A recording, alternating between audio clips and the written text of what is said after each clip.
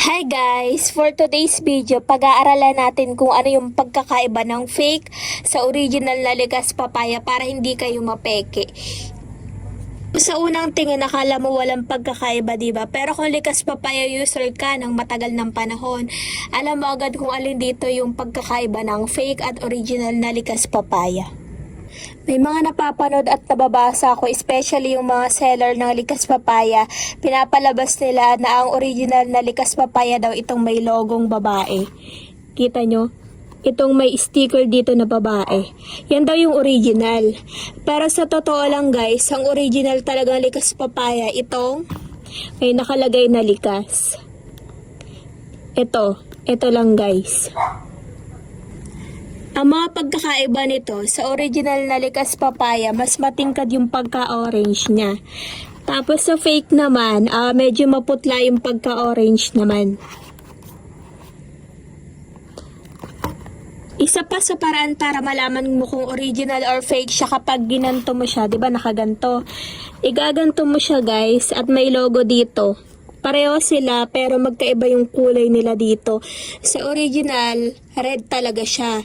Ito namang sa fake, yellow sa taas at red dito. Kaya yung pagkakaiba niya.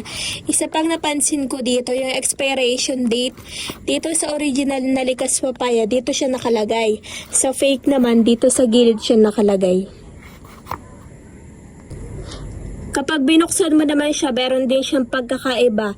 Itong original, na-open ko na to kasi ginamit ko. Nabawasan na yan guys. Ito namang sa fake, i-open pa lang natin.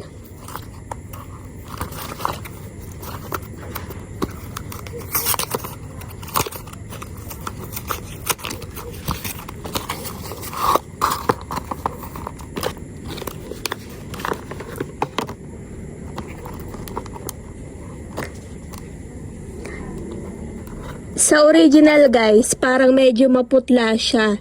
Itong sa fake naman is parang mas matingkad siya. Tsaka mapapansin mo rin talaga sa texture niya kapag ginamit mo siya at yung may pagkakaiba rin yung amoy niya. Kaya guys, dapat pumili lang talaga kayo ng likas papaya sa mga legit at siguradong nabibilhan ng mga likas papaya.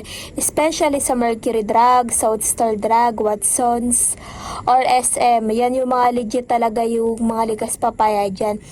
Iwas muna kayo dun sa mga maliliit na boteka kasi karamihan ng nakikita ko at nabilhan ko talaga dyan puro mga fake na likas papaya. Or kung hindi man, pwede din namang dapat marunong kayong tumingin talaga ng pagkakaiba ng legit or ng fake na likas papaya. Yun lang guys, maraming salamat.